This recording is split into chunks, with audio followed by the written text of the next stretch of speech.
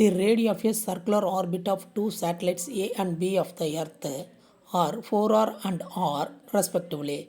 If the speed of the satellite A is 3v, then the speed of the satellite B will be. என்ன சொல்லியிருக்காங்கன்னா எர்த்துலேருந்து 4r டிஸ்டன்ஸில் ஏன்ற satellite வந்து revolve ஆகி வருது, சுற்றி வருது.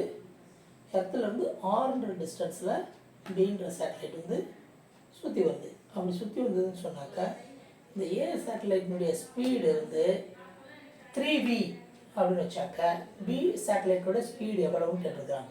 What is the velocity or speed அப்படின்னு கேட்டிருக்கிறாங்க. ஓகே, இந்த மாதிரி வந்து சுற்றி வருது அப்படின்னு சொல்லிட்டாலே அதுக்கு ஒரு சென்ட்ரிபியூஜிக்கல் ஃபோர்ஸ் இருக்கும்.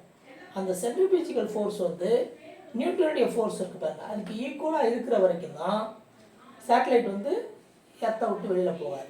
சப்போஸ் சென்ட்ரிபியூஜல் ஃபோர்ஸ் அதிகமாகிடுச்சுன்னா சேட்டலைட்டு அந்த பிளானெட்டை விட்டு வெளியில் போயிடும். சென்ட்ரிபியூஜல் ஃபோர்ஸ் கம்மியாகிடுச்சுன்னு சொன்னாக்கா இந்த பிளானெட் வந்து அந்த சேட்டலைட்டை உள்ளே இழுத்துரும்.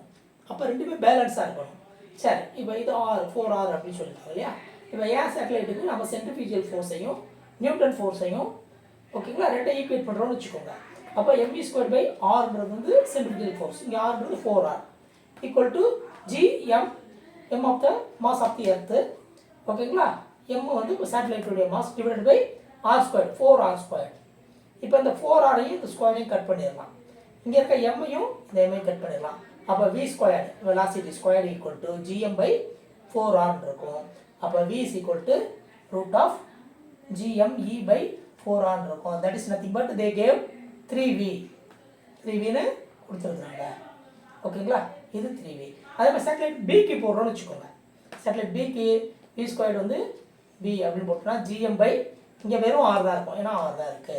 அப்போ vb வந்து எவ்வளோ இருக்க போகுது அப்படின்னு பார்த்தீங்கன்னா இடையே ரூட் இருக்கும், இருக்க போகுது. அப்போ இங்கே பார்த்தீங்க அப்படின்னு சொன்னீங்கன்னாக்கா 3v ஈக்குவல் டு gme/4r இருக்குது. இந்த 4r வெளியில் எடுக்கும், 4 வெளியில் எடுத்தோம்னா 2 ஆகும். இங்கே 2 வெளியில் கீழே வந்திருக்கும். அந்த கீழே 2 மேலே கொண்டு வந்து வச்சுக்கோங்க, gm/r வந்துடும். 3 × 2 வந்து 6b. இதுதான் ஆன்சர்.